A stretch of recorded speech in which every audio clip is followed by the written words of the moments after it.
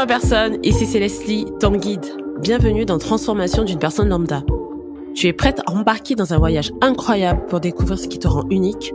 Aujourd'hui, on va explorer des expériences réelles, des récits de quêtes palpitantes et ces petits moments magiques de la vie. Alors mets-toi à l'aise, ouvre grand tes oreilles et bon épisode!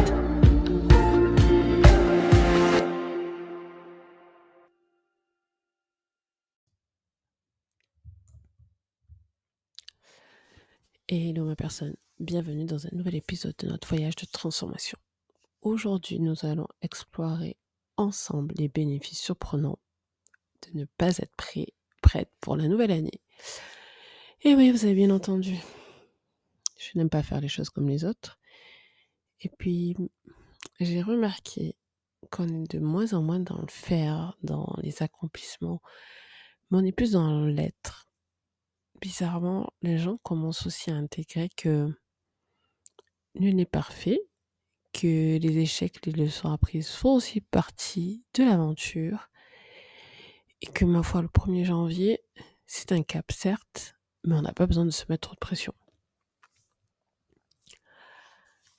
Alors premièrement, ne pas avoir de plan fixe te rend plus flexible en fait. Imagine que tu es ouvert aux opportunités qui surgissent, tu es prête à accueillir l'inattendu avec enthousiasme. Ça fait un peu ça en fait quand t'es pas prêt. Mais quand tu n'es pas prêt consciemment, quand tu ne veux pas être prêt, quand tu ne veux pas avoir ta liste ou ton bilan de fait. Pourquoi je dis ça? Parce que beaucoup ne résonnent pas avec ce cycle de 1er janvier. Beaucoup ont vécu une période très intense en décembre, que ce soit professionnellement, familialement, en termes des relations. On arrive à un bout d'un cycle et on est souvent sous pression par rapport à ça. Il y a beaucoup de déclencheurs au niveau de la fin de l'année. Il faut être prêt, il faut être gay, il faut être en famille, il faut être en couple, il faut être heureux, il faut avoir atteint un certain niveau qu'on n'a pas forcément envie, qu'on ne ressent pas forcément ou qu'on se sent forcé de faire. Et on arrive à s'interroger sur le sens de tout ça. Donc quelque part, c'est peut-être aussi une petite forme de rébellion de ne pas être prête au 1er janvier ou début janvier. Et le bénéfice de ça, comme je disais, c'est d'être juste open aux surprises, quoi.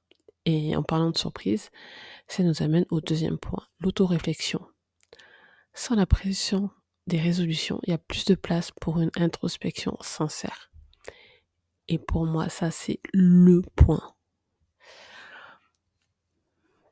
Parce que comme on n'a pas de date absolue avant que les choses soient faites, comme pour le moment ou dans l'instant, on n'a pas d'objectif à atteindre, on est beaucoup plus relax, on est beaucoup plus à même de prendre le temps de s'interroger vraiment. Je dirais non pas sur les objectifs à atteindre, mais sur les désirs profonds. Ce qu'on veut réellement au fond de soi. Si on enlève toutes les couches, si on enlève tous les personnages, etc., la queue, ou tous les masques qu'on porte tous les jours, qu'est-ce qu'on souhaite réellement, qu'est-ce qu'on désire réellement. Et ne pas être prêt au 1er janvier, ça donne plus de temps pour cette auto-réflexion approfondie. Tu peux te concentrer sur ce que tu veux, comme je disais, et ce dont tu as besoin, plutôt que de suivre une liste prédéfinie de résolutions dans les 12 domaines de la vie, au niveau pro, perso, l'abonnement, sport, reprendre le sport, perdre du poids, manger équilibré. Non, là, tu te poses et tu te lis, tu te connectes vraiment à ton désir profond. Et cette introspection, en fait, elle va venir nourrir une qualité essentielle, l'adaptabilité. Et c'est notre 3e bénéfice. En fait, apprendre à naviguer dans l'incertitude, ça te prépare à faire face aux défis de la vie avec plus de résilience. Un cadre trop rigide et non flexible En fait, c'est comme si tu viens te prendre un mur quand ça va pas, un mur quand il y a des changements, une résistance, tu te bloques, tu vois? Tu te crispes parce que c'est pas comme tu l'avais défini, parce que c'est pas comme ton plan, parce que ça fait pas partie de ta liste et le fait d'être plus flex sur ça permet d'être plus à même, de voir effectivement ce qui va arriver. Or naviguer dans l'incertitude, attention, c'est pas forcément très facile à faire, hein. C'est un exercice que, ma foi, j'ai tenté et selon la situation, selon comment j'étais, selon mon système nerveux ou autre, c'est plus ou moins confortable. Il faut être aussi pris à vivre aussi avec cette sensation d'être inconfortable. Mais pour moi, ça vient aussi nous décharger d'une responsabilité, d'un poids de je dois tout maîtriser, tout doit être carré. Parce que pour moi, c'est un peu prétentieux de devoir tout maîtriser de A à Z, sachant qu'il y a la magie de la vie en fait. La vie, elle est là. Il y a des challenges, des défis qui nous sont propres et ça, on peut pas les planifier. On peut pas les prédire et apprendre finalement à naviguer dans l'incertitude, ça permet d'avoir cette résilience, ça permet de s'enlever cette charge que tout soit parfait et que ça colle et comme je disais aussi précédemment, voilà, d'être après tout dans la résistance, dans la force d'aller à l'encontre des événements, à l'encontre des challenges et des défis de la vie. Et avec cette adaptabilité, en fait, vient une libération profonde, comme je disais. Et c'est notre 4e point. Se libérer de la pression sociale. Il n'y a pas besoin de suivre la foule. Chacun a son propre rythme et c'est normal. Et quand je dis chacun a son propre rythme, clairement, 1er janvier, c'est une date sociétale. Il y a d'autres cultures où, en fait, la nouvelle année n'est pas au 1er janvier. Après, si on prend le simple fait que tout le monde n'est pas né à la même date, à la même heure, à la même année, c'est-à-dire qu'on a un cycle déjà en termes de tour autour du soleil qui est différent. Et donc le 1er janvier, ça va pas résonner avec tout le monde. Moi, je suis née en juillet. Janvier, si vous voulez, c'est un peu ma moitié d'année finalement. C'est clairement pas le chamboulement de tout. Donc, respecter son cycle et son rythme, c'est par rapport à sa date d'anniversaire, par rapport à peut-être à sa culture ou ce à quoi on croit, c'est respecter aussi pour les femmes son cycle menstruel. C'est respecter plusieurs cycles et son rythme. Et là, on est vraiment dans ce qui me tient à cœur, l'unicité. Nous sommes uniques. Nous sommes uniques. Alors oui, il y a des lois qui viennent régir la société dans laquelle on vit. Certaines, pour moi, elles sont canons. Elles aident à vivre en société. D'autres, ouais, ok, elles sont un peu plus discutables. Mais clairement, on a notre unicité. Et on doit en être conscient. J'aime pas on doit, mais bon, en être conscient, c'est se réapproprier notre pouvoir de décision, se réapproprier la façon dont on veut mener notre vie et ne pas juste subir aussi les éléments et les choses. Et ce chemin personnel, ça ouvre la voie à une liberté créative incroyable. Et c'est ce qui nous amène au 5e bénéfice. Ta créativité est stimulée. Sans place stricte, ton esprit est libre d'explorer de nouvelles idées et de nouvelles perspectives. Exemple. Moi, j'aime bien avoir des grandes lignes et voir ce que la vie, en fait, m'offre. Mais j'aime bien aussi voir à quel point il y a des périodes où je suis beaucoup plus productive.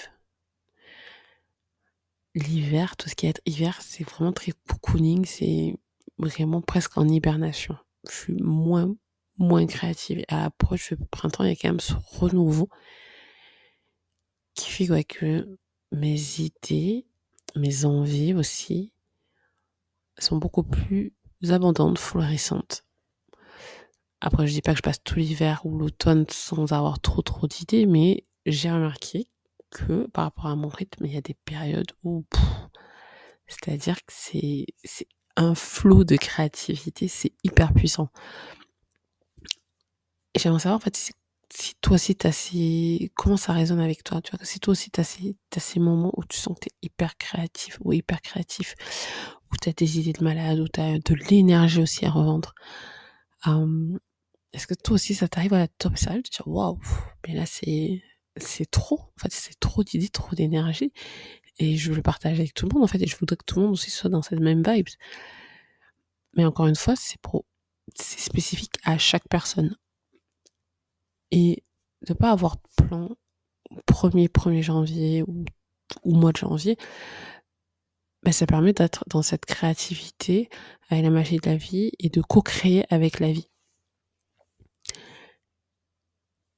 Et vraiment, voilà, cette créativité, elle renforce une connexion plus profonde avec soi. Et c'est le 6e avantage de cette liste. En fait, ça favorise une connexion plus authentique avec soi-même. Tu apprends à t'écouter et à respecter véritablement tes besoins et tes désirs. Et ça, pour moi, ça passe par l'observation. S'observer. Et quand on parle de désir, c'est pas les désirs de tout le monde, ce sont pas les désirs d'Instagram, ce sont pas les désirs de la télé ou de ce que j'ai vu. Non, les désirs, c'est vraiment le truc où, quand tu as réalisé que c'est bien ça, ce désir, quand tu vas mettre de la conscience, puis tu vas avoir des frissons, ouh, c'est hyper puissant, ça me fait peur, mais c'est tellement ce que je veux, c'est tellement ce que je désire. Et pour moi, tous les bénéfices qui ont été cités plus haut, ça permet d'arriver à ce point où tu vas connecter à ton désir ou tes désirs. Mais je pense, pourquoi je parle de ton désir vraiment, parce qu'il y en a un qui est hyper puissant, hyper moteur. Ça va te donner la niaque, ça va être ton carburant. Et c'est là, je pense, que tu touches à toi-même. Parce que comme je dis, en fait, c'est un tel effet de surprise que toi-même, tu t'étonnes de te dire, ouais, mais c'est vraiment ça que je désire. Ouais, en fait, c'est vraiment ça. C'est là, j'ai touché du doigt ce que je veux vraiment, ce qui va vraiment, ouais, me faire vibrer, me donner des frissons. Et je vous souhaite vraiment d'arriver à ce stade où vous posez, vous dites, ouais, c'est ça, j'ai connecté à ça. Il est là mon désir. Et enfin, c'est peut-être aussi le plus excitant, c'est la découverte. C'est le 7e et dernier point. En connectant vraiment à soi, en étant vraiment sur ce désir-là, et en fait, on peut se découvrir de nouvelles passions. Et quand on dit de nouvelles passions, comme on touche vraiment sur le désir ou les désirs là qui vous donnent des frissons, ben en fait, on est sans la contrainte du devoir faire quelque chose. Et on est totalement libre d'approcher, de toucher du doigt, de manifester ce désir-là et de se sentir heureux, heureuse, mais genre seule. Heureuse comme quand tu te fais une blague ou tu dis un truc tellement drôle que t'as même pas besoin d'avoir l'aval du rire de l'autre. En fait, tu te fais rire et tu te fais tellement rire, mais sincèrement rire en fait, et tu te trouves limite génial. Tu vois, en fait, ce genre de connexion à soi. Et ouais, à ce moment-là, en fait, tu tapes juste des barres avec toi-même et t'es heureuse. Voilà. Donc écoute, je sais pas comment ça résonne avec toi. Et si ça résonne avec toi, en tout cas, moi, j'étais ravie, ma personne, de partager ça. Parce qu'encore une fois, ne pas être pris pour la nouvelle année, c'est pas un signe de retard.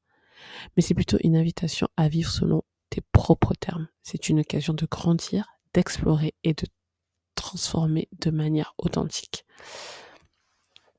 Alors, n'hésite pas à partager avec moi tes réflexions sur ce podcast et tes expériences, aussi bien sur Facebook ou sur Instagram, @TheMissLeslie. Et surtout, n'oublie pas, on va se retrouver pour d'autres épisodes inspirants sur transformation d'une personne lambda. À la prochaine pour plus d'aventures transformatrices. À bientôt, ma personne.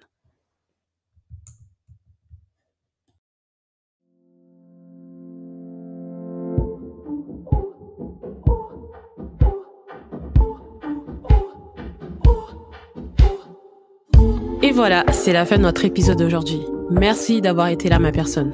Si tu as aimé ce moment passé ensemble, pense à t'abonner au podcast et à le partager avec tes amis. Chaque épisode est le début d'une transformation, pas seulement pour toi, mais aussi pour ceux qui t'entourent. Et si tu veux encore plus d'énergie et d'inspiration, suis-moi sur mes réseaux sociaux. Là-bas, je te partage encore plus de pépites pour alimenter ta transformation. Alors rejoins-moi sur Facebook et Instagram sur The Miss Leslie. Je te dis à très bientôt pour de nouvelles aventures et découvertes sur transformation d'une personne lambda. Entre-temps, prends bien soin de toi.